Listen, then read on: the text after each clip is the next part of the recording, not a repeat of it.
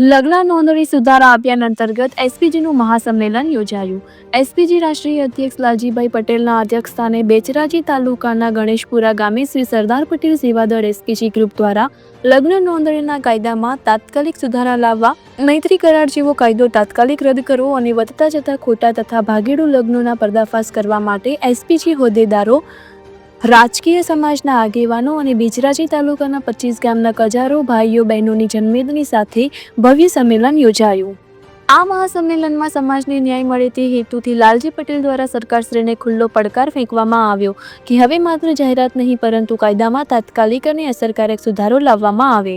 સરકાર દ્વારા મીડિયાના માધ્યમથી થોડા દિવસ લગ્ન નોંધણી કાયદો સુધારો કરવાની જે વાત છે તે હાલ પૂરતી એસપીજી માટે લોલીપોપ સમાન છે.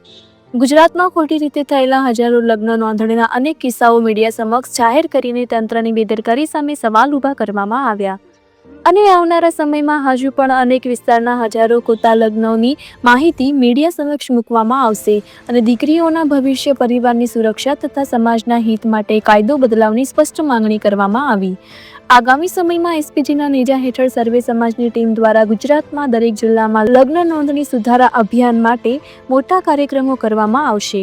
તેમ છતાં પણ સરકાર દ્વારા કોઈ નક્કર પરિણામ નહીં આવે તો ગાંધીનગર અને અમદાવાદ જીએમડીસી ગ્રાઉન્ડ ખાતે મહાસભા કરી આંદોલન કરવામાં આવશે.